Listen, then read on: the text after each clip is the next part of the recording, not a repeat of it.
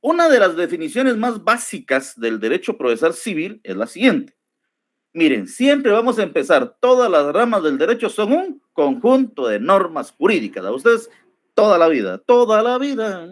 Es un conjunto de normas jurídicas relativas al proceso o conjunto de normas que ordenan el proceso. Repito, es el conjunto de normas jurídicas relativas al proceso o conjunto de normas que ordenan el proceso. Coma, la competencia del órgano jurisdiccional, coma, capacidad de las partes en general y regula el desenvolvimiento del proceso. Es una definición pequeña. Yo me inclino más, les voy a dar una definición de Eduardo Couture. Me gusta más esa definición. Esta es una, ¿verdad? Pero me gusta más la siguiente, que dice, derecho procesal civil es la rama de la ciencia jurídica que estudia, dice, la naturaleza, desenvolvimiento y eficacia del conjunto de relaciones jurídicas denominado proceso civil. Repito. Y también les voy a compartir el enlace donde lo van a encontrar. Es una tesis que estoy leyendo. Mejor. Vamos a ver. Hoy no tengo el enlace.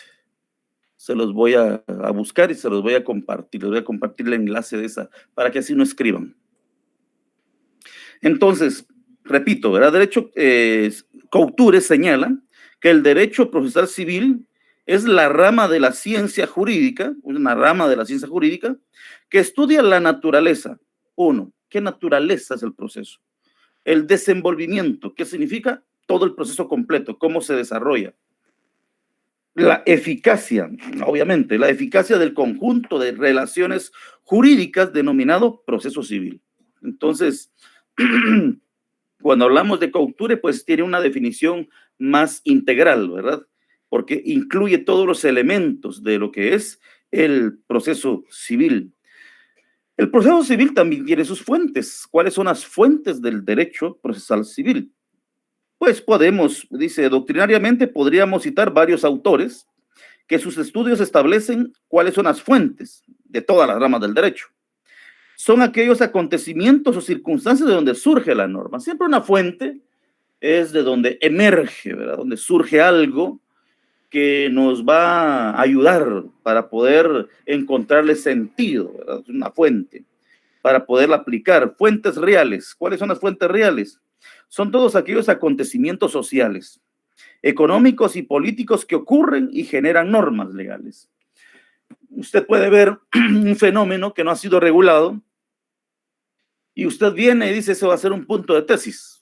¿Por qué? Porque no ha sido regulado. Por lo tanto, es una fuente real que yo voy a analizar para poder crear una sugerencia de norma jurídica. Entonces, es un fenómeno, un acontecimiento, ¿verdad? Que ustedes deben de ir viendo un punto de tesis, puede ser de cualquier rama del derecho. Las fuentes formales es toda la plataforma jurídica, ¿verdad? Todas aquellas normas que han pasado el procedimiento de creación de una norma jurídica. Eso son las fuentes formales. Aquí leyendo dice, son todos aquellos procedimientos legales a través de los cuales se crean normas jurídicas. Normalmente puede ser una fuente formal. La fuente formal tenemos dos, señala. Tenemos una que es directa. La fuente formal directa señala que es cuando por sí sola crean normas jurídicas, es decir, la ley, la costumbre y la jurisprudencia. Ustedes tienen muy claro, ¿verdad? La ley, pues ya saben, es la que cumplió el procedimiento de ley, el procedimiento legal establecido en la Constitución Política de la República de Guatemala. Tenemos también lo que es la costumbre. En derecho civil como tal, procesal civil y todo, la costumbre no es que tenga mucho impacto, ¿verdad? Más impacto tiene la costumbre en derecho laboral, ¿Por qué? Porque en derecho civil es el contrato, ¿verdad? La fuente de derecho es el contrato, es un acuerdo de voluntades en donde las personas convienen en crear, modificar y lo que establece ahí, obligaciones, ¿verdad? Entonces, es el contrato como tal. Entonces, también tienen ¿qué más decían? La costumbre y la jurisprudencia. Bueno, las jurisprudencias, aquel, usted lo sabe de memoria, aquel conjunto de fallos que en este caso, que una sala o que la Corte de Constitucionalidad emite y que se vuelven ley, ¿verdad? Para poderse aplicar a futuros procesos. Eso es la jurisprudencia. Entonces, también señala claramente que eso es de forma directa, fuentes formales directas. Fuentes formales y señala indirectas. Cuando los hechos o circunstancias que por sí mismas no crean normas jurídicas, pero sí influyen en su redacción. Bueno, son cuestiones sociales que se dan dentro de las costumbres de los seres humanos que de alguna manera van a influir en la redacción de una norma.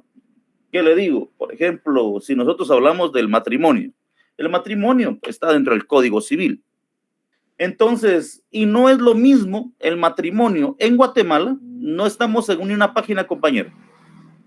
No es lo mismo en el matrimonio en Guatemala que el matrimonio en los países árabes, ¿verdad? Totalmente distinto. ¿Por qué? Porque ahí podemos encontrar ese tipo de fuente que dice cuando los hechos o circunstancias que por sí mismas no crean normas jurídicas, pero sí influyen en su redacción. O sea, claro, por ejemplo, allá el jeque puede tener cuantas esposas quiera. Aquí no es así.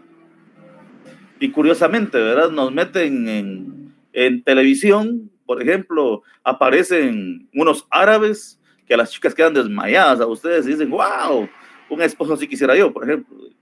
¿Lo viste? Y uno dice, pero no todos los jeques son guapos, ¿verdad ustedes? Y ustedes pueden ver, por ejemplo, niñas de 8 años casándose, dadas en matrimonio a un jeque de 50, 60, 70 años, y son no muy guapos que digamos, ¿verdad? Entonces, pero estamos hablando de costumbres, ¿verdad? Doctrinarias, pues doctrinarias, usted sabe que la doctrina son los estudios que hacen que los grandes científicos, en este caso del derecho, los grandes exponentes del derecho, y que emiten sus investigaciones y por lo tanto, obviamente, son fuentes doctrinarias. Aquí hay una definición de derecho procesal civil guatemalteco. La anterior era derecho procesal civil.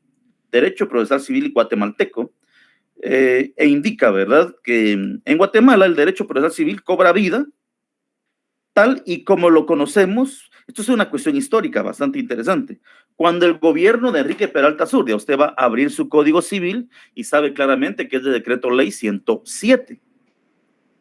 107, ¿verdad? Entonces, de decreto ley 107. Ahora bien, usted, eso sí va a venir en su examen, ¿verdad? Los que ya han estado conmigo saben que tiene que saberse de memoria lo que es el número de decreto. Entonces, nuestro código civil actual es bastante ancianito, ¿verdad ustedes? Pero si se da cuenta, ha sido muy poco modificado. ¿Por qué? Porque, pues, en aquellos tiempos se creaban normas muy bien pensadas. Y eso que es de un gobierno de facto. Actualmente se crean normas que se modifican al mes, ¿verdad ustedes? Tiene una reforma, a los 2 meses tiene otra reforma. Entonces uno dice, increíble cómo se crean las normas. Dice, se lo voy a leer. En Guatemala el derecho procesal civil cobra vida tal y como lo conocemos en este momento, cuando en el gobierno de Enrique Peralta Zurdia, que era, por cierto, lo dice, un gobierno de facto, designa en el año de 1960 una comisión integrada por los abogados. ¿Quiénes son esos abogados que integraron esa comisión que dieron vida, digamos así, al proyecto de lo que es el Código Procesal Civil y Mercantil? Y no solamente el Código Procesal Civil y Mercantil, el Código Civil, el Código Procesal Civil y Mercantil, la Ley de Tribunales de Familia, ¿verdad? Entonces, ¿cuál es esa? Tenemos a Mario Aguirre Godoy, Carlos Enrique Peralta Méndez y José Morales Dardón. Son los que integraron esa comisión a la cual debemos de agradecer por el Código Civil, Procesal Civil y Ley de Tribunales de Familia que tenemos. Entonces señala, ¿para qué fueron requeridos? Para preparar un nuevo código que sustituiría al decreto legislativo 2009 de Guatemala, Código de Enjuiciamiento Civil y Mercantil, que en esa época tenía un poco más de 27 años de aplicación. También se aplicó durante mucho tiempo, dado que había entrado en vigencia desde el 15 de septiembre de 1934. Entonces, ese entró en vigencia cuando era presidente Jorge Ubico, por el tiempo, del año 1934, lo cual fue todo razonable porque ya no cumplía con los requerimientos de esta nueva época. En algún momento nosotros vamos a ver que nuestro Código Procesal Civil y Mercantil también ya se está quedando un poquito rezagado, retrasado en este tipo de situaciones. La propuesta por el autor uruguayo Eduardo Couture en su proyecto de Código de Procedimientos Civil de Argentina y la comparación con leyes vigentes de esa época, que eran los códigos procesales en materia civil de Italia y México. O sea, para poderlo crear, se fundamentaron esos tres códigos principalmente, ¿verdad? Entonces señala Código Civil de Argentina, también el Código de Materia Civil de Italia y México. A través del análisis y luego de varias sesiones, hizo entrega del proyecto del Código Procesal Civil y Mercantil que inicia su vigencia el 1 de julio de 1964 como el decreto ley número 107. El decreto ley número 106 es el Código Civil, el decreto ley número 107 es el Código Procesal Civil y Mercantil. El Código Procesal Civil y Mercantil tiene 6 libros, 635 artículos. Si agarramos nuestro código, por favor, y nos vamos al índice, y encontramos en el índice de nuestro Código Procesal Civil y Mercantil, decreto ley número 107, libro primero, disposiciones generales, ¿verdad? Título primero, jurisdicción ordinaria. A puras penas hemos empezado a hablar un poquito de jurisdicción y competencia. El Código Procesal Civil y Mercantil confunde ambos términos. En muchos momentos se le llama jurisdicción a la competencia por cuestiones de redacción. Entonces, y ahí tenemos el capítulo primero, jurisdicción y competencia. Capítulo segundo, reglas generales de la competencia. Nos va a establecer cómo vamos a aplicar la competencia, a dónde corresponde ir. El título segundo, personas que intervienen en los procesos. Tenemos jueces, son los encargados de llevar todos los procedimientos, los procesos. Los secretarios son auxiliares directamente, no son auxiliares, son elementos indispensables dentro, son los que dan fe pública, ¿verdad? Dentro del proceso. Auxiliares del juez. Los auxiliares del juez son, ¿qué? Peritos, algunas personas que participan con el juez. Y las partes. Las partes, pues, son, como diría alguien, el actor y la actriz, ¿verdad ustedes? No, el actor, o sea, los sujetos procesales, son las partes en ese caso. Y después tenemos título 3, del ejercicio de la pretensión procesal. Obviamente, cuando hablamos nosotros de derecho procesal civil y mercantil, usted va a darse cuenta que aquí existe el principio dispositivo, ¿verdad ustedes? ¿Qué significa esto? Que toda persona, para poder activar el proceso civil, ¿qué tiene que hacer? Es como encender la luz de un interruptor. Usted llega y enciende la luz. La luz no se enciende si usted no quiere que se encienda. Igual es el proceso civil. Él no va a iniciar si usted no lo inicia. ¿Por qué? Porque hay un principio dispositivo. A diferencia en derecho penal, ¿verdad? En derecho penal específicamente, en donde la comisión de un acto ilícito da inicio automáticamente al proceso. ¿Por qué? Porque el Ministerio Público tiene la función de poder investigar y todo lo que corresponde. En derecho procesal civil, no. En derecho procesal civil, usted tiene la obligación de poder activar a través de su derecho de petición. ¿Qué tiene que hacer? Obviamente va a acudir la persona a usted para que usted le redacte un memorial cumpliendo con todas las condiciones que el Código Procesal Civil y Mercantil en los primeros artículos establece para poder redactar ese memorial. Entonces, ahí está el del ejercicio de la pretensión procesal. Y eso es solamente para poder verlo así rápidamente. La pretensión procesal. Pretensión procesal, el artículo 51, que es el principio dispositivo que yo les estoy hablando, dice: la persona que pretenda hacer efectivo un derecho o que se declare que le asiste, puede pedirlo ante los jueces de la forma prescrita en este código para interponer una demanda o contrademanda. Es necesario tener interés en la misma. Ustedes habrán visto en otras áreas del derecho una denuncia anónima, ustedes. Aquí no, aquí usted tiene que tener interés dentro del proceso para poder participar en él. Si no lo tiene, pues obviamente va a ser, es más, hasta si usted redacta la demanda de una forma incorrecta, en donde usted lo redacta como de una forma, como que no fuera usted el agraviado, pues se lo rechazan también. Derecho procesal civil es donde le rechazan a uno casi todo, ¿verdad ustedes? ¿Por qué? Porque es demasiado perfeccionista, demasiado legalista. Se tiene que cumplir a cabalidad con todos los requisitos. Entonces, es contrario a lo que establece el derecho laboral. En el derecho laboral, si usted no cumple con algo, le van a plantear un previo. Previo a resolver, haga esto. Previo a resolver, haga esto. En derechos procesal civil, en derecho civil, la mayoría de veces se lo rechazan. Le dicen, mire, rechazado y punto, ¿verdad? Muchas veces ni le dicen por qué. Curiosamente, ¿verdad? Quería leerles esta parte. Muy bien, regresemos al índice. Después tenemos el título cuarto, los actos procesales. O sea, cómo se va a desarrollar todo el proceso, el conjunto de procedimientos, el conjunto de fases, ¿verdad? Gestiones de las partes, plazos y habilitación de tiempo, notificaciones, exhortos, despachos y suplicatorios.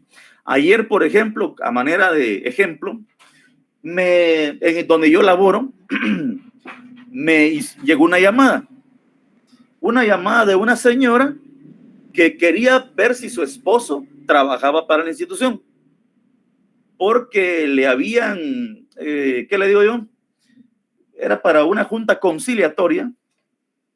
En esa junta conciliatoria, pues le habían dado la notificación para que ella se lo enviara a él. Curiosamente, pues yo le digo, mire, pero debe de venir en horario hábil para que le podamos notificar a él y todo eso. Sí, mire, me pegó una regañada, me dijo que no me metiera en sus rollos, pero lo que yo quería explicarle era lo siguiente. Uno de los principios del derecho civil, procesal civil, es que las notificaciones son personales. O sea, debe de llevar la notificación de forma personal. La primera notificación es personal. Se la tienen que llevar a la dirección correspondiente. Entonces, si ella lo enviaba de una forma diferente, automáticamente, por ejemplo, imagínese, a usted le notificaron le dieron la notificación a la señora para que usted asista a una audiencia. ¿Qué certeza hay de que a usted le hayan notificado? No existe ni una certeza. Por lo tanto, al no haber certeza, esa notificación es inválida. Eso es lo que yo le quería decir, pero no se meta en mis rollos. Usted, bueno, está bien, pues. Pero la señora lo tomó de otra manera. ¿Qué quiero decir con esto? Pues en el libro, el título número 4, vamos a encontrar cada uno de los actos procesales. Ahí dice exhortos, despachos y suplicatorios. Ustedes ya saben que es un exhorto, que es un despacho, que es un suplicatorio. Los gastos de la actuación, la asistencia judicial gratuita. Bueno, en derecho procesal civil y mercantil, la asistencia judicial gratuita actualmente solo le compete a los bufetes populares, ¿verdad? ¿Por qué? Porque no existe un órgano del Estado que esté encargado de eso. Son competencia de lo que es, de los bufetes populares, que son los que prestan el servicio. San Carlos, pues como ya no tiene mucho pasante, pues está muy abajo en eso. Si alguno quiere llevar casos, llévelos, es interesante. Y si uno, pues la mayoría llevan clínicas, porque por el trabajo también, pues uno no puede llevar tantos casos. Yo llevé clínicas, yo llevé casos, después seguí apoyando al bufete en el tiempo que me quedó, y pues seguimos adelante. Asistencia judicial gratuita. Muy bien. Siguiente, título primero. Ahí aparece el proceso que nosotros vamos a ver, que es el juicio ordinario. El juicio ordinario, pues ahí está preparación del juicio, disposiciones generales, pruebas anticipadas. Interesante ese tema, así rápidamente. ¿Qué son las pruebas anticipadas? Por ejemplo, usted dio un préstamo y no tiene ni un solo documento. No tiene ni un solo documento. Entonces, usted tiene que crear prueba anticipada. ¿Por qué? Porque ¿cómo va a demostrar usted que alguien le debe? No puede, ¿por qué? Porque fue de palabra, fue de otra manera. Entonces, usted lo intenta, ¿verdad? Con una prueba anticipada, por ejemplo, de declaración testimonial, lo que sea, que se lleva a cabo frente a un juez, y para que la otra parte llegue a una confesión judicial. Entonces, miren, no, o sea, el reconocimiento de deuda es un documento. Es un documento. Estoy hablando de un ejemplo en donde no hay ni un documento. O sea, usted viene, era su amigo y usted le dijo, mira vos, préstame 10,000 quetzales, 10,000 varos. Y usted dice, está bien, es mi amigo, aquí están los 10,000 vos. Y usted se los dio. Y entonces, después se los prometió que se los iba a pagar al mes, pero no se los pagó. Pasaron 2, 3, 4, 5 meses y el cuate no se aparece, ¿verdad? Usted, entonces, ¿qué tiene que hacer? Usted dirá, ese dinero ya se perdió. Bueno, pero si usted puede hacer lo que indica aquí, ¿verdad? Usted, pruebas anticipadas. Antes de iniciar el proceso, usted inicia un proceso previo de pruebas anticipadas, en donde usted solicita la confesión judicial de esa persona. Presenta ante el juez un pliego de posiciones con diversas preguntas. La persona tiene que llegar. ¿Por qué? Porque es un juez quien le está notificando, ¿verdad? Tiene que llegar. Si no llega, obviamente, se tendrán por calificadas las preguntas. Bueno, la persona llega y tiene que responder las preguntas que usted le haya sugerido, haya realizado. Entonces, si en algún momento, pues ahí puede haber una prueba anticipada para poder iniciar un proceso. Si la persona es muy astuta, pues obviamente habrá que hacer otra forma, ¿verdad? Ustedes, pero hay pruebas anticipadas cuando no hay un contrato. Después señala, ¿verdad? Continúa con la demanda, ese proceso dispositivo. Emplazamiento son los plazos que existen, que otorgan, ¿verdad? Para poder contestar a la demanda. Sustanciación del juicio. Después tenemos actitud del demandado. La actitud del demandado puede ser interponer excepciones, en este caso, previas. No confundir con derecho laboral, por favor, porque en derecho laboral tenemos excepciones dilatorias. Y en derecho procesal civil tenemos las mismas, ¿verdad? Pero se llaman excepciones previas. En su examen privado le preguntan, mire, ahí uno por vez se le tuercen los cables a ustedes, se le cruzan los cables y uno termina contestando en derecho procesal civil, excepciones dilatorias. Dicen, no, eso es en derecho laboral. En derecho procesal civil se llaman excepciones dilatorias. Muy bien. Tenemos después actitud del demandado, procedimiento, prueba. Pues obviamente aparecen todos los tipos o medios de prueba que tenemos: declaración de las partes, declaración de testigos, dictamen de expertos, reconocimiento judicial, prueba de documentos, medios científicos de prueba, presunciones y todo eso. Muy bien. Entonces, dentro del título primero, esto que estamos viendo se le llaman juicios de conocimiento, ¿verdad ustedes? Juicios de conocimiento. ¿Por qué? Porque, por ejemplo, usted dice, por ejemplo, ahí colocaron reconocimiento de deuda. Yo digo, esa persona me debe y no me ha pagado. Usted me debe y me tiene que pagar. Entonces, usted tiene un documento, pero eso no significa que la persona realmente le deba. ¿Por qué? Puede ser que el documento no esté bien redactado, adolezca de vicio o un montón de cuestiones.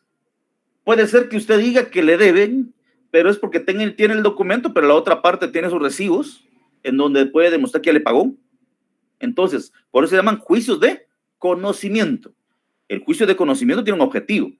El objetivo del juicio de conocimiento es presentarle al señor juez mis elementos, mis pruebas, para que él diga, efectivamente, ese es su reconocimiento de deuda, es válido, y la persona sí efectivamente le debe 100,000 quetzales y está obligado a pagarle. Por lo tanto, ahí está, ¿verdad? Ustedes se declara que la persona le debe y tiene que pagarle. Entonces, pues se llama juicio de conocimiento. Lo mismo pasa en derecho laboral. Un juicio de conocimiento, juicio ordinario. Usted, el trabajador dice que trabajó para esta persona, solamente que ahí se le cree al trabajador todo lo que diga. El patrón no tiene que desvirtuarlo, ¿verdad? Aquí ambas partes tienen que demostrar. Si yo digo que la mula es negra, es porque los pelos tengo en la mano, ¿verdad? Usted digo, mira, aquí está, este dinero es mío. Se tiene que demostrarlo. Por eso, dentro de los juicios de conocimiento tenemos, título primero, lo que estábamos leyendo, juicio ordinario. El juicio ordinario hay que ponerle mucha atención. ¿Por qué? Porque todos los demás juicios dependen de él. Todos. Por ejemplo, el juicio sumario es similar al juicio ordinario, solamente que se reducen los plazos. Los plazos se reducen. Pero siempre en todos los procesos usted va a encontrar que los medios de prueba, la actitud, por ejemplo, el emplazamiento, la demanda, la actitud del demandado, cuál va a ser el procedimiento, el periodo de prueba, todo va a ser exactamente igual. Lo que cambia son los plazos, ¿verdad? Por eso es que es de ponerle mucha atención al juicio ordinario. Después tenemos el juicio oral. El juicio oral, pues la diferencia entre el juicio ordinario es que en el juicio ordinario todo es por escrito. El juicio ordinario. Habrá alguna que otra audiencia, ¿verdad? Ustedes en los medios de prueba o lo que sea, pero casi todo es por escrito. En el juicio oral, no.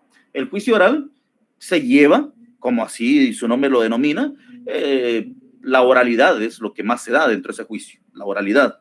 Entonces ahí tenemos el juicio oral que dice disposiciones generales, el procedimiento, juicio de ínfima cuantía. ¿Cuáles son los juicios que se pueden conocer en el juicio oral? Según me recuerdo, también ya agregaron el divorcio, ¿verdad? En el juicio oral, juicio de ínfima cuantía, aquellos juicios pequeñísimos que no son de trascendencia. En este caso, juicio de ínfima cuantía sería un juicio de 10,000 quetzales, ¿verdad? O sea, de 10,000 para abajo. Sería un juicio de ínfima cuantía. Tenemos entonces alimentos, por eso el juicio oral de alimentos, rendición de cuentas, división de la cosa común, declaratoria de jactancia. Yo tengo un juicio oral activo, no tengo varios, pero tengo un juicio oral activo de división de la cosa común. No me van a creer cuánto tiempo llevamos con ese juicio. Llevamos con mi cliente con ese juicio aproximadamente 6 años. No, 5 años llevamos. Iniciamos el 5.º año de ese juicio de división de la cosa común. ¿Por qué? ¿Cómo se complican los juicios? ¿Por qué? Porque la otra parte no llega a la audiencia y son 3 partes más. Por lo tanto, se declara enfermo uno cada vez de ustedes y se va trazando el proceso, Entonces, por lo menos ya llegamos a la primera, ya nos vimos en la primera audiencia.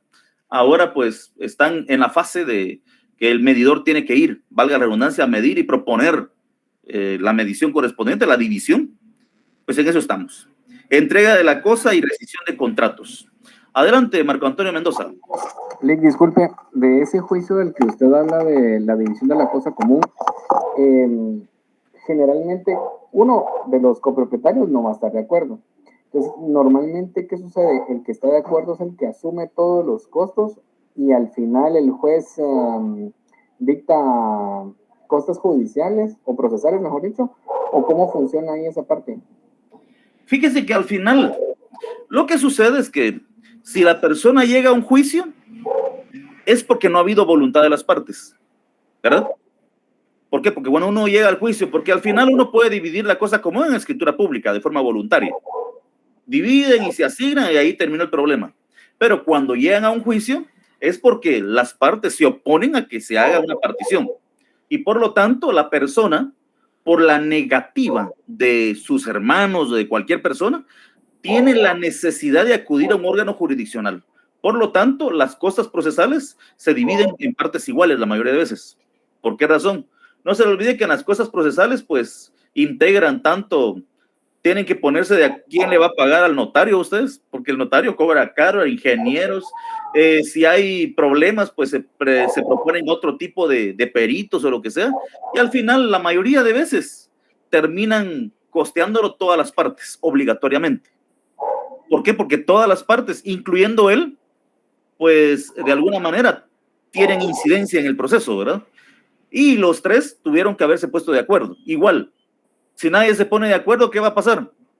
Obviamente la jueza o el juez va a decir, bueno, que se venda en pública subasta, se sacan las cosas y se divide el resto, ¿verdad? Entonces todos pierden. En ese ejemplo, por ejemplo, usted le lleva el caso a su cliente y yo fuera la otra contraparte y yo soy el que no quiero, no quiero, no quiero. Entonces llega el momento donde la jueza dice, bueno, que se venda la cosa común y le ponen un precio, por ejemplo, de 150,000 quetzales. Entonces son 75 para cada uno. Pero todos los gastos en que se incurrió, por ejemplo, de su cliente a usted, y un ejemplo, que usted le cobró 15,000 quetzales. Entonces, esos 15,000, igual la jueza ordena que se divida a mitad, 7,500 cada uno, o simplemente su cliente es el que lo pierde. Mire, al final los costos, como no llegaron a un acuerdo, pues comúnmente siempre va a ser la parte que pierde la que va a pagar, siempre. En este caso, las costas judiciales, dependiendo a quién han afectado, pues pueden irse en contra de lo que es el capital que se gana con la venta de la cosa común. Es un proceso un poquito atípico, totalmente atípico a todos los demás. Por ejemplo, en mi proceso, yo nunca había llevado uno de esos procesos de ese tipo. Y la otra parte siempre alegó que tenían todo el derecho de oponerse al proceso desde el principio. Y la primera notificación la primera resolución ordena que se reúnan para poder llegar a un acuerdo, ¿verdad? Ustedes nombrar un notario partidor y nada más, no hay más. Pero al final, todos los costos deberían, porque en mi caso, mire, se supone que la persona que que presentó la denuncia, propuso un notario. Y cada una de las partes proponen un notario. Y siempre ese notario lo van a costear entre todas las partes. La mayoría de veces todos los costos son entre todas las partes. Siempre. En el proceso de división de la cosa común, exclusivamente. Y lo va a ver así siempre. Gracias, Nick, mamá. Sí, así lo va a ver siempre. ¿Por qué? Porque al final cada una de las fases no avanza. El notario no trabaja si nadie le paga. Por lo tanto, hay que pagarle. ¿Quiénes le van a pagar? Dividen el costo entre todos, ¿verdad usted? Porque al final se supone que llegaron a un acuerdo y si no llegaron a un acuerdo, la jueza lo nombró y ellos tienen que cumplirle con el pago correspondiente. Con respecto, por ejemplo, lo que me decía, uno puede llegar, mire, señora jueza, mi abogado me cobró 15, 20, 30,000 quetzales. Mire, no siempre lo que el abogado indique va a ser lo que van a cobrarle la otra parte. ¿Por qué? Porque hay un arancel, ¿verdad ustedes? Y más uno puede en las cosas procesales establecerlo el arancel. ¿Por qué? Porque por veces también se exceden. Entonces, pero sí se da ese tipo de situaciones. Entonces, continuando, estábamos en el juicio sumario. Ahí con el título tercero, pues después a la capítulo quinto, responsabilidad civil de funcionarios empleados públicos. Capítulo sexto, lo que me decía el compañero Verdugo ayer, ¿verdad? Los interdictos. Y efectivamente, compañero, tal cual se disponía en la situación romana de la posesión de los bienes, exactamente igual está en nuestro Código Procesal Civil y Mercantil. Exactamente igual, ¿verdad? Y cabal, estaba viendo disposiciones generales, amparo de posesión o de tenencia de la propiedad, despojo, apeo y deslinde, obra nueva y peligrosa, ¿verdad? Ustedes, cuando uno ve los interdictos, especialmente, por ejemplo, cuando usted ve que la pared de su vecino se le va a venir encima a usted, ¿qué tiene que hacer? Y ahí es lo curioso, por ejemplo, es lo que estábamos viendo ayer. Usted ve que hay una obra peligrosa, su vecino está abriendo un hoyo del otro lado de su pared y ya llegó a la altura, ya se le ven las zapatas a su pared a usted y él sigue avanzando. Cuando usted ve ese riesgo, tiene que presentar inmediatamente lo que es una denuncia, una demanda de obra peligrosa. Claro, hay que verlo, ¿verdad? Mire, pero si mi pared no va a soportar una demanda. Entonces lo que presenta es un amparo, ¿verdad? Ustedes, obviamente. ¿Por qué? Porque, miren, si yo me espero que me conteste un juzgado de instancia, en este caso civil, obviamente no me va a contestar con el tiempo con el cual deberían contestar un amparo. Pero el amparo lo único que va a hacer es evitar que continúen con el proyecto, ¿verdad? Pero, por ejemplo, y mire, yo quiero que pues también creen las obras para mitigar el riesgo, lo que sea, para suprimir riesgos, entonces tiene que irse por cabal, un interdicto por obra peligrosa, ¿verdad? O sea, ahí vamos a ver todo eso, aunque eso creo que no lo van a ver conmigo. Libro tercero, procesos de ejecución. Bueno, ya vimos los procesos de conocimiento. Proceso de conocimiento, dijimos que era en donde se me va a declarar que me asiste el derecho de poder cobrar, de poder exigir, efectivamente. Muy bien. Ahora tenemos el juicio en la vía de apremio. Perdón, se me pasó el número 4, el juicio arbitral. El juicio arbitral, pues, ustedes lo habrán escuchado alguna vez, ¿verdad? En Guatemala no es muy común entre las personas, se da más entre instituciones financieras, digamos, en la gente más adinerada, en donde pues no van a disponer ir a un juzgado, ¿verdad? Ustedes, sino que van a un juicio arbitral. Celebran un contrato y ahí establecen que sus divergencias, sus conflictos lo van a resolver ante un árbitro. Por veces aquí en Guatemala, la mayoría de veces ellos ni siquiera en Guatemala, arbitraje internacional. Entonces acuden al arbitraje internacional y lo van a resolver. Pero también aquí en Guatemala existe el juicio arbitral y está establecido en el capítulo primero del título cuarto. Libro tercero, procesos de ejecución. Obviamente, cuando usted ya sabe lo que hablábamos ayer, tenemos ya se declaró que a la persona le asiste el derecho de cobrar. Ahora la persona puede ejecutar, ¿verdad ustedes?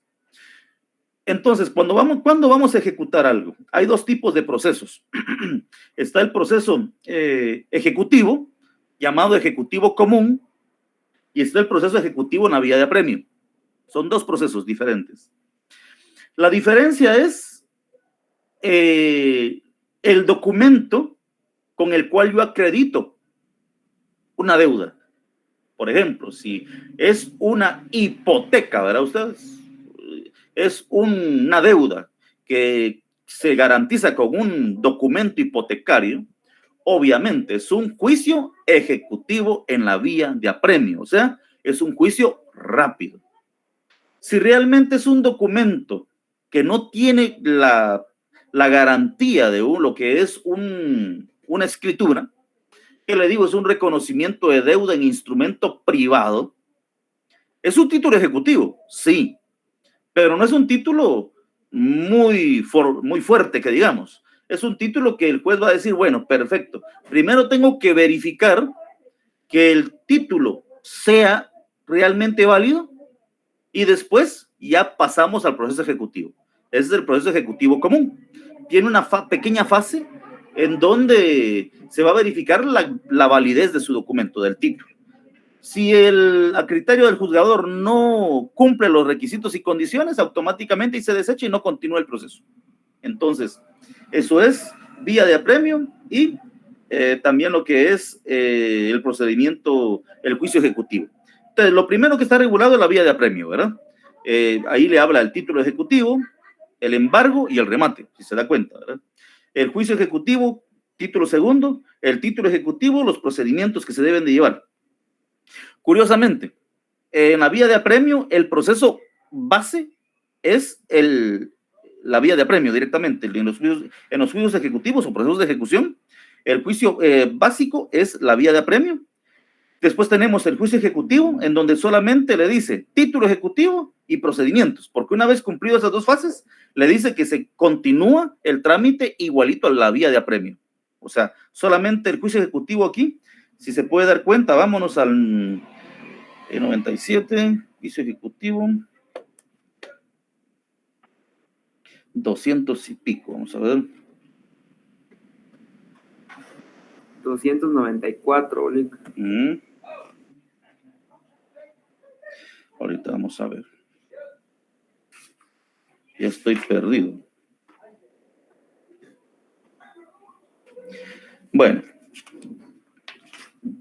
Tenemos juicio ejecutivo. Y si leemos, dice, procede la ejecución en la vía de apremio. Bueno, no es el que yo quiero ahorita. Continuemos un poquito más adelante. Juicio ejecutivo, artículo 327. Dice, procede el juicio ejecutivo cuando se promueve en virtud de alguno de los siguientes títulos. 1. Los testimonios de la escritura pública, todo caso que no sea transacción. La confesión del deudor prestada judicialmente, así como la confesión ficta. Después tenemos documentos privados suscritos por el obligado, los testimonios de actas de protocolación, acta notarial, las pólizas de seguros, toda clase de documentos que por disposición especiales tengan fuerza ejecutiva. Muy bien. Y después nos dice un procedimiento, ¿verdad? Si se da cuenta, audiencia al ejecutado, le dan una audiencia rápida al ejecutado. Si no comparece, pues obviamente se establece que el documento tiene plena validez. El ejecutado se puede oponer, artículo 331, y deberá razonar su oposición. Después señalo también 332, sentencia, ¿verdad ustedes? Y después nos traslada directamente al juicio ejecutivo. El juicio ejecutivo en la vía de apremio. ¿Por qué? Porque ya se verificó que el documento cumple todas las condiciones y por lo tanto procede el embargo, el remate, todo lo que corresponde, ¿verdad? Después tenemos del juicio ejecutivo ejecuciones especiales, ejecución de sentencias, la ejecución colectiva y ahí terminamos con el libro de ejecuciones. Libro cuarto, procesos especiales. Vamos a encontrar la jurisdicción voluntaria. Mire, ustedes van a tener un curso completo de jurisdicción voluntaria. Está en otra norma, no me recuerdo el número, pero está es una ley de asuntos de jurisdicción voluntaria. Ahí van a ver bastantes cuestiones como el cambio de nombre, identificación de tercero. Está el proceso de, ¿qué le digo? El proceso, vamos a ver. Se me fue el término ahorita. El sucesorio intestado, sucesorio testamentario, o sea, todo lo vamos a encontrar ahí. Aquí en el de jurisdicción voluntaria del Código Procesal Civil y Mercantil son procesos que pueden llevarse de dos maneras. ¿Por qué? Porque tenemos aquí en el Código Procesal Civil y Mercantil, por ejemplo, asuntos relativos de la persona y la familia, declaratoria de incapacidad. Bueno, ese es eminentemente judicial. Tenemos ausencia o muerte presunta, ese es eminentemente judicial. Disposiciones relativas a la administración de bienes de menores incapaces y ausentes, ese es judicial. Pero si nos vamos, por ejemplo, divorcio y separación, judicial. Reconocimiento de preñez y parto, judicial. Cambio de nombre, puede ser judicial y notarial. Identificación de persona, puede ser judicial y notarial. Asiento y rectificación de partidas, puede ser judicial y notarial. Patrimonio familiar y subastas voluntarias. O sea, hay ciertos procesos que son eminentemente judiciales que se le llama jurisdicción voluntaria. ¿Por qué? Porque no existe contención, no existe conflicto. Ustedes, jurisdicción voluntaria. Salvo en el divorcio y separación, que obviamente, pues, es un proceso especial. Pero cuando hablamos de jurisdicción voluntaria, pues estamos hablando de procesos que no tienen litigio. Y el juez conoce del asunto, pero, ¿qué le digo? No hay otra parte, no hay oposición, no hay nada, ¿verdad ustedes? Entonces, por eso se llama jurisdicción voluntaria, es un acto voluntario. Tenemos también dentro de la jurisdicción voluntaria el proceso sucesorio. El proceso sucesorio también puede ser, evidentemente, tanto judicial, así como también puede ser notarial, o sea, las dos vías. Tiene la persona para poder, sí, si es un proceso voluntario, aún así es lento el proceso. No digamos en los juzgados, ¿verdad usted? Porque el juzgado muchas veces es mejor ir por la vía notarial. ¿Por qué? Porque pues es más rápido, porque el notario se supone que se va a aplicar en mi proceso, y en la vía directamente jurisdiccional sí es más complicado, más tiempo, porque el juez o la jueza no se dedica solamente a ese caso, sino que a todos los que le lleguen.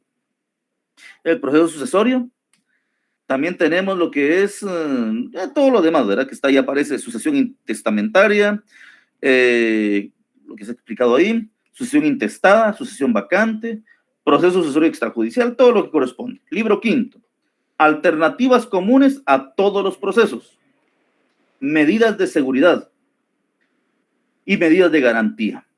Estas medidas de seguridad, Vamos a leer rápidamente. 151. Las medidas de seguridad. Aquí estamos. Dice de la siguiente manera.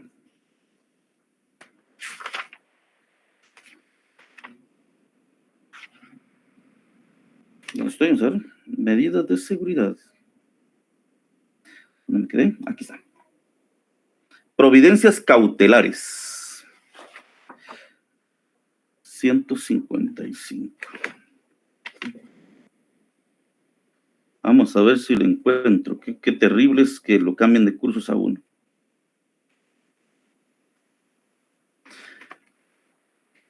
Nulidad.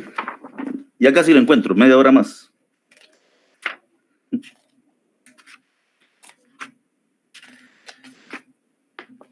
Costas, ay, qué terrible. Ni con intervención de tercero, acumulación de procesos, embargo, aquí está. Medidas de garantía y medidas de seguridad. Tenemos, es muy común que lo usemos, ¿verdad? Tenemos el arraigo, tenemos el embargo, la anotación de demanda, tenemos el secuestro, la intervención, providencias de urgencia, o sea, todo lo que se usa en determinado momento como medidas de garantía. Más de alguno habrá hecho uso alguna vez de este tipo de procedimientos, un proceso laboral, por ejemplo, que sirve para poder garantizar los resultados de un proceso. Esas son providencias cautelares, ¿verdad? Tenemos, por ejemplo, el arraigo, ¿verdad? Uno va a aplicar, hace poco en un proceso laboral, yo solicité el embargo, la anotación de embargo de un terreno. Es curioso, miren, lo solicité aproximadamente como unas 5 veces en el proceso.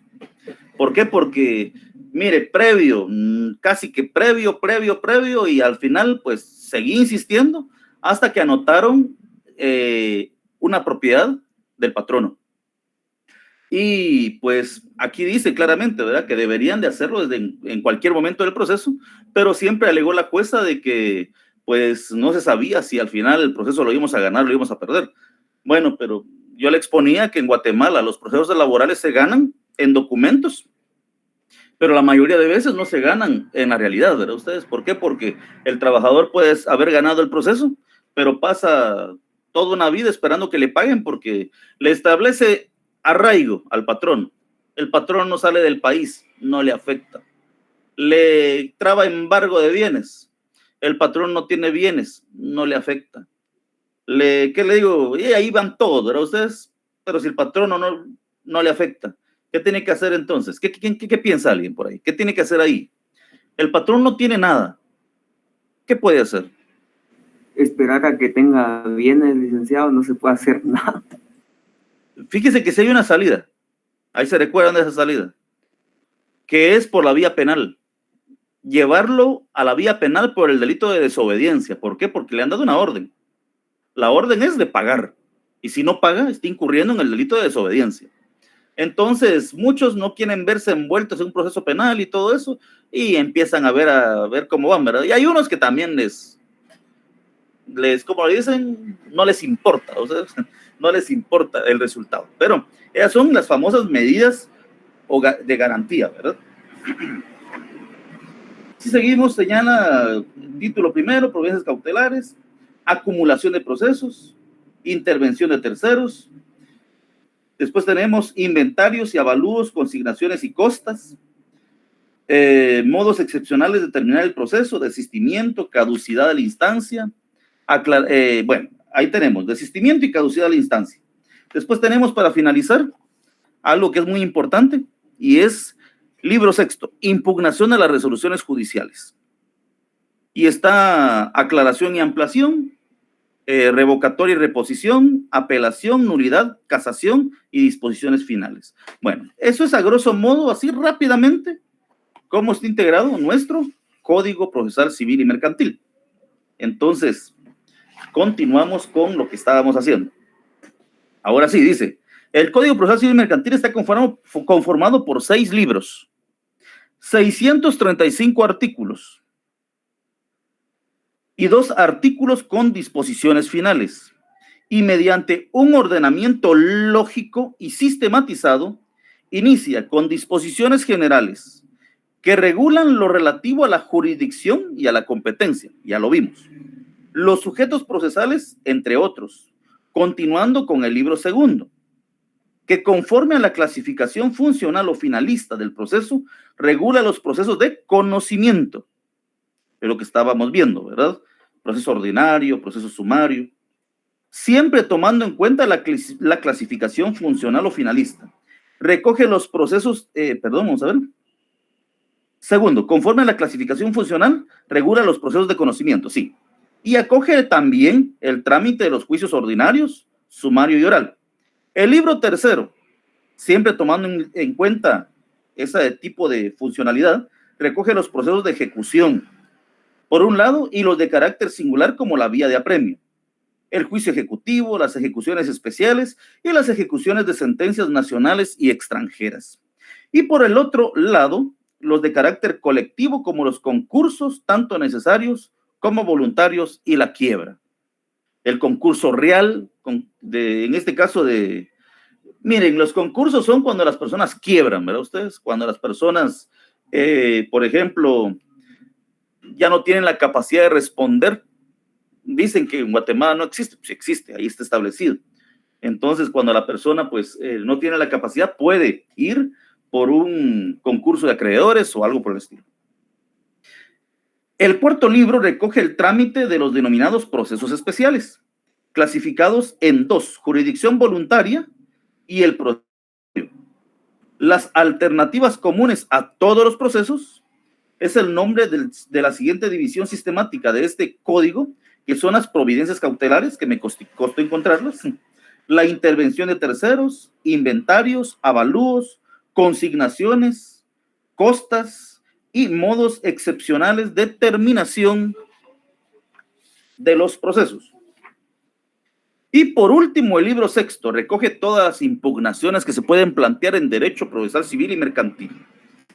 El derecho procesal civil y mercantil en Guatemala está constituido por una legislación muy bien estructurada y se podría afirmar que es uno de los mejores códigos procesales civiles existentes.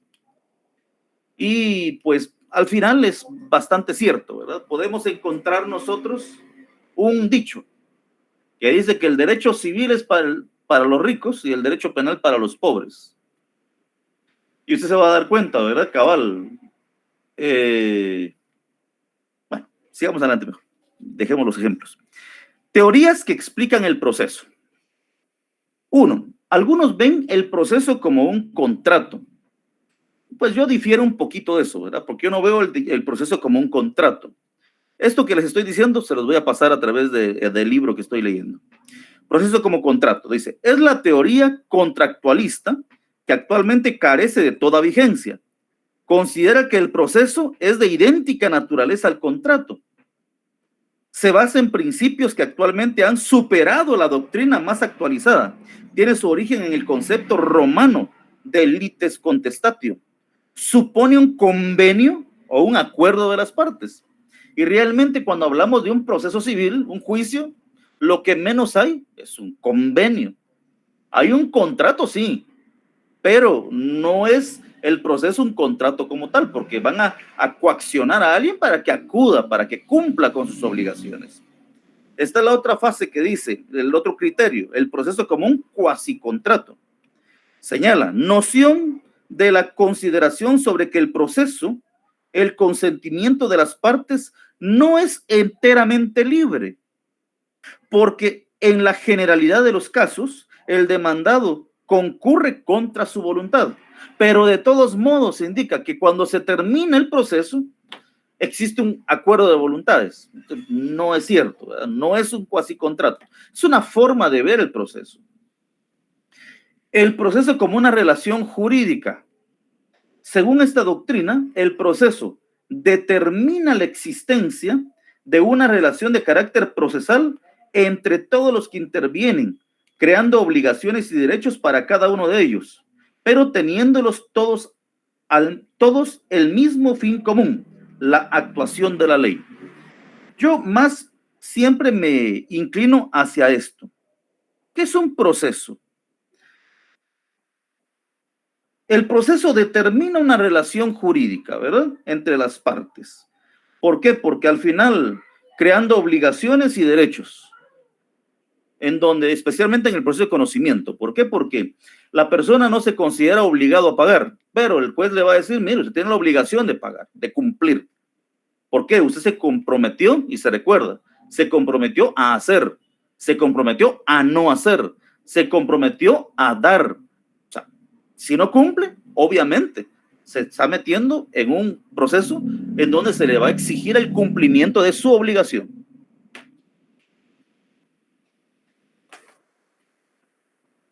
Bueno, ahora sí continuamos con las hojitas que ayer estábamos viendo. Así rápidamente, ayer estuvimos hablando de la jurisdicción, ¿verdad? Y ahí ya entrando a jurisdicción. Cuando hablamos de jurisdicción, indicamos rápidamente que es la facultad que tiene el Estado, de acuerdo al artículo 203 de la Constitución, de impartir justicia, ¿verdad? Eso es la jurisdicción. Aquí tenemos, por ejemplo, en nuestro Código Civil, abrimos nuestro código en el artículo 1, por favor. Leemos y dice, la jurisdicción civil y mercantil, salvo disposiciones especiales en la ley, será ejercida por los jueces ordinarios, de conformidad con las normas de este código. Eso es la jurisdicción de acuerdo a lo que establece el Código Procesal Civil y Mercantil, que no dice más, ¿verdad? Pero realmente, cuando hablamos de jurisdicción, es lo que hablábamos el día de ayer, es la capacidad, es la facultad que tiene el Estado para poder sancionar, para poder castigar.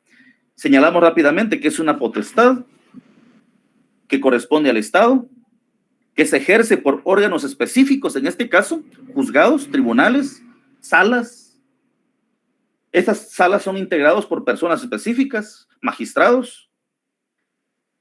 También señala que la función de los titulares de la jurisdicción se resuelve en la realización de un caso concreto. ¿Por qué? Porque hablamos que el derecho procesal civil y mercantil no es general, es concreto. ¿Por qué? Porque usted activa el proceso dispositivo a través de presionar el botoncito, usted activa el proceso con el principio dispositivo. Entonces, llega su proceso a un juzgado, o un juez, ese juez va a ser el encargado de conocer ese caso específico. Por eso dice, se ejerce por órganos específicos. Hay alguien que tiene que conocer de ese asunto. La función de los titulares de la jurisdicción se resuelve en la realización del derecho del caso concreto, lo que hablaba ahorita, solamente con petición de parte y ante la existencia de dos partes enfrentadas, obviamente. Después tenemos principios informadores, lo hablamos ayer, principios informadores de la jurisdicción. Uno, la jurisdicción como potestad solamente puede ser una, ¿verdad? No está dividida, eso recuérdense. La jurisdicción no se divide, es una sola. ¿Por qué? Porque surge de esa facultad que tiene el pueblo, de la soberanía. Dos, lo que indicaba, la jurisdicción es indivisible. Siguiente hoja. La jurisdicción es indelegable. Eso lo podemos leer en el artículo 113 de la LOJ, por favor. Abrimos nuestra ley del organismo judicial, así rápidamente. ¿Qué dice el artículo 113? Jurisdicción indelegable. La función jurisdiccional no puede delegarse por unos jueces a otros. Los jueces deben conocer y decidir por sí los asuntos de su potestad. O sea, ahí estamos con lo que dice que la jurisdicción es indelegable. También le señala en el 168, cosa distinta es naturalmente el mutuo auxilio, lo hablamos ayer. En las vacaciones de noviembre y diciembre se va un grupo y conoce otro, fundamentados en el 168, de siempre de la ley del organismo judicial, que establece solidaridad judicial. Los tribunales se prestarán mutuo auxilio para la práctica de todas las diligencias que fueran necesarias y se ordenarán en la substanciación de los asuntos judiciales. Algunas veces, por ejemplo, resulta que hay que hacer una diligencia que en Izabal y el juez está en la ciudad capital. Él puede solicitarle, por despacho, exhorto, suplicatorio, dependiendo, al juez de Izabal que haga esas vueltas, esas gestiones en nombre de él y le envíe los resultados. O sea, eso es posible. Entonces, continuamos. Estamos todavía a tiempo. Después pasamos a lo que es la noción de competencia. ¿Qué es la competencia? Dijimos que no es la división de la jurisdicción, ¿verdad? No es una división, sino que a la persona se le otorga una facultad de conocer sobre un área específica que va a ser delimitada de diversas maneras. Señala, la competencia es el conjunto de pretensiones sobre las que un órgano jurisdiccional ejerce su jurisdicción. La competencia es el conjunto de pretensiones. ¿Por qué el conjunto de pretensiones? Por ejemplo, todos los casos de división de la cosa común son pretensiones. ¿Y a dónde van a ir a parar todas esas pretensiones? Al juez de primera instancia. ¿Por qué? Porque es el juez competente para conocer de todos los casos de esa materia. Muy bien. Por ejemplo, si yo quiero, ¿qué le digo? Demandar a mi esposa, que eso no va a suceder. Por ejemplo, una demanda de divorcio. ¿A dónde tengo que acudir? Todos los que quieren divorciarse, todos, y que van a usar, tienen que irse, por ejemplo, al juzgado de familia del departamento, ¿verdad? Al juzgado de primera instancia de familia. ¿Por qué? Porque a él le compete. Entonces, ahí entendemos que dice, la competencia es el conjunto de pretensiones. ¿Qué es la pretensión? Es lo que yo quiero que el juzgado haga. Y de acuerdo a mi pretensión, hay un juez que es competente. Entonces, la competencia es el conjunto de pretensiones sobre las que un órgano jurisdiccional ejerce jurisdicción. Desde el subjetivo, con referencia al órgano jurisdiccional, es la facultad de ejercer su función con relación a las pretensiones determinadas, y con referencia a las partes, es tanto el derecho de que sus pretensiones, resistencias, sean conocidas por un órgano determinado. Bueno, lo que hablaba hace un momento. ¿Cómo se distribuye? Dice, su distribución entre órdenes jurisdiccionales. Y tenemos tribunales, hablamos rápidamente de competencia general. Indicamos que no existen tribunales de competencia general en Guatemala. Tantos, solo hay uno, ¿verdad? Ustedes la Corte de Constitucionalidad para conocer de algunos asuntos. No hay otro, ¿verdad? En única instancia, solamente la CC. Ahí es de carácter general. Y tenemos tribunales de competencia especializada. Cuando hablamos de tribunales de competencia especializada, nosotros le denominamos también jurisdicción privativa. Lo habrán escuchado ya. Es un juzgado de jurisdicción privativa. Conoce específicamente de un área específica, ¿verdad? Por ejemplo, aquí nos señales tribunales de cuentas, tribunales de lo contencioso administrativo. Entonces, son de competencia específica.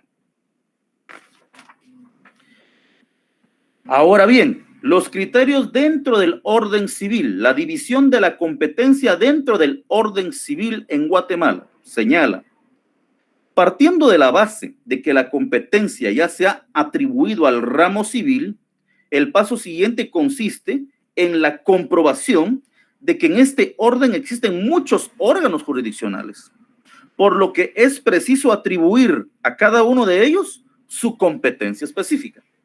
Y tenemos una división de esa competencia de tres formas. Una división objetiva, una funcional y una territorial. La división objetiva dentro de la división del orden civil, dice, presupone la existencia de variedad de tribunales del mismo tipo y tomando como base la naturaleza de la pretensión y el valor o la cuantía de la misma. Sirve para determinar a cuál de esos tipos se atribuye la competencia para conocer de procesos en general. Entonces, un ejemplo. Nosotros queremos cobrar una deuda. Entonces, no es lo mismo que un divorcio, ¿verdad ustedes? En el divorcio sabemos qué juzgado es competente inmediatamente. En cambio, cuando hablamos de una deuda, tenemos que hacer un análisis, ¿verdad? ¿Qué juzgado va a ser competente de acuerdo al monto de la deuda. Ejemplo. Muy bien, ahora tenemos la clasificación funcional. Eso era el objetivo, dependiendo del objeto. El funcional atiende a la existencia de etapas o fases dentro de la misma actividad jurisdiccional e incluso dentro de cada una de ellas, de los incidentes, secuencias y correlativamente a los tribunales de distinta naturaleza. Por ejemplo, cuando hablamos de funcional, va a depender de las distintas fases del proceso. Anteriormente hablamos de un punto de vista objetivo, o sea, dependiendo de la pretensión. Ahora, funcional es de acuerdo al funcionamiento. Por ejemplo, tenemos juzgado de primera instancia. Bueno, después tenemos, ¿cuál es la función del juzgado de primera instancia? Conocer, valga la redundancia, en primera instancia. Después las partes no están de acuerdo. ¿Qué pasa en ese momento? Plantean, en este caso, una apelación. ¿Y qué pasa? Sube el proceso a una sala de apelaciones. La apelación no la puede conocer un juzgado de primera instancia. ¿Por qué razón? Porque no es una sala de apelaciones. O sea, no tiene competencia. Entonces es una cuestión funcional, ¿verdad? Y tenemos la territorial. La territorial, pues, presupone, obviamente, que de acuerdo a la jurisdicción, ya sea municipal, departamental o nacional, va a conocer un juez determinado. Un ejemplo, fíjese que mi abuelo murió y él tenía la mayoría de sus terrenos en Escuintla. Entonces, ¿quién va a ser juez competente? Y uno dice, bueno, uno, donde murió el abuelo, y dos, donde está la mayoría de terrenos. O sea, ahí se va a una jurisdicción, ¿verdad? Va a tener diferente, uno tendrá la iniciativa de dónde presentar ese proceso. Si es en Escuintla, donde está la mayoría de bienes, o en Zacatepeques, digamos, donde murió mi abuelo. Va a depender de eso, eso es territorial. La competencia objetiva. Cuando nosotros hablamos de la competencia objetiva, dice, en nuestro derecho procesal guatemalteco existen muy pocas normas específicas de atribución de la competencia atendiendo única y exclusivamente la materia, pero sí en la relación de la cuantía. Algunos casos concretos, por ejemplo, en algún supuesto, si existe una norma de atribución de competencia por la materia, ¿qué es lo que sucede? El artículo 21 nos dice claramente, artículo 21 del Código Procesal Civil y Mercantil, dice claramente, cuando hablamos de competencia, por favor, dice, la competencia de los procesos sucesorios corresponde a los jueces de primera instancia. Es lo que les indicaba. La competencia de los procesos de divorcio corresponde al juez de primera instancia. Esos procesos son específicos, ¿verdad? Por eso, por la materia. Solamente conoce un juez. Compañeros, vamos a dejarla ahí por hoy. Solamente vamos a darle lectura rápidamente a algunos artículos del Código Procesal Civil y Mercantil para avanzar un poco. Dice, artículo 1, ya lo leímos. Artículo 2, pacto de sumisión. Esto lo hablamos el día de ayer también. Dice, las partes pueden someter expresa o tácitamente a un juez distinto del competente por razón del territorio, no confundir, ¿verdad? Porque no sé si usted algún día ha escuchado este comentario. Una persona dice, mira, vos fíjate que voy a decirle a mi amigo que es jueza, que se jale el proceso para allá. Pero si, puede ser por meter miedo a la otra persona. Pero si su amigo no es competente por razón de la materia, no va a poder conocer el asunto. Solamente por razón del territorio, ¿verdad? Pacto de sumisión, solamente por razón del territorio. El conocimiento y decisión de un asunto determinado. En ningún caso podrán someterse las partes a un juez o tribunal superior distinto de aquel a quien está subordinado el que haya conocido en primera instancia. Mire, mi proceso lo llevamos en primera instancia de Zacatepeques. Ahí yo apelo y presento mi apelación para que sea conocido en otro departamento. Entonces, no. Si hay una sala de Zacatepeques es la que tiene que conocer, porque es el que está por encima. no puede trasladarse a otra jurisdicción. Prórroga de la competencia. Dice, la competencia en los asuntos civiles y mercantiles podrá prorrogarse a juez o tribunal que por razón de la materia, de la cantidad, objeto de litigio y de la jerarquía que tenga en el orden judicial pueda conocer del asunto que ante él se proponga. Entonces, o sea, se puede prorrogar la competencia. Casos de prórroga de la competencia. ¿Por qué se puede prorrogar la competencia? Artículo 4.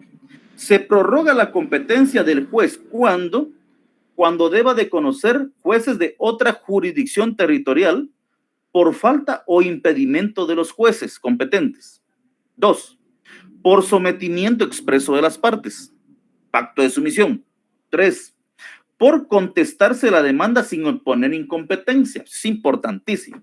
Mire, a usted le presentaron una demanda de pensión alimenticia, ¿verdad usted? Y se lo presentaron en determinado lugar, por ejemplo, en Guatemala, en la ciudad de Guatemala, un departamento de Guatemala. Pero los dos tuvieron su hogar en Zacatepeques y viven en Zacatepeques y todo eso. Obviamente, ¿qué tiene que hacer en este caso? Viene y plantea lo que es la incompetencia, ¿verdad? Porque no es competente. Entonces el caso lo van a trasladar para Zacatepeques. Si no lo hace, ¿qué va a pasar? Prorroga la competencia y por lo tanto va a conocer el juez porque usted no se opuso. O sea, no se van a oponer de oficio, ¿verdad? Si usted no declara que el juez no presenta su excepción, en este caso previa de incompetencia, obviamente lo va a conocer el juez y va a seguir el proceso. Entonces, tiene que interponerla, si no, se prorroga la competencia. O sea, cuando hablamos de prorrogar la competencia, significa que va a conocer otro juez que no es el que debería conocer, se prorrogó, y se prorroga por esas condiciones que estamos leyendo ahorita. Señala también por la reconvención, cuando ésta proceda legalmente. Reconvenir, usted sabe que es contrademandar, lo mismo, ¿verdad? Contrademandar. Por la acumulación de los procesos y por otorgarse fianza a la persona del obligado. Artículo 5. Momentos que determinan la jurisdicción de la competencia. ¿En qué momento se determina la jurisdicción y la competencia? Entonces, ahí hay una mala redacción, es lo que les decía. ¿En qué momento se determina la jurisdicción? Bueno, pues que la jurisdicción es única y es a nivel nacional, ¿verdad? Ustedes, entonces, ¿en qué momento se determina la competencia? Y vuelve el artículo 5, mal utilizando el término jurisdicción. La jurisdicción y la competencia se determinan conforme a la situación de hecho existente en el momento de la presentación de la demanda, sin que tengan ninguna influencia los cambios posteriores a dicha situación. Artículo 6. Conocimiento de oficio de cuestiones de jurisdicción y competencia. Es obligación de los tribunales conocer de oficio de las cuestiones de jurisdicción y de competencia bajo pena de nulidad de lo actuado y de responsabilidad del funcionario, salvo aquellos casos en que la competencia de los jueces pueda ser prorrogada por tratarse de competencia territorial. Compañeros, son las 26, se tienen que conectar a otra clase, que Dios los bendiga. Si tienen preguntas, pueden hacérmelas llegar.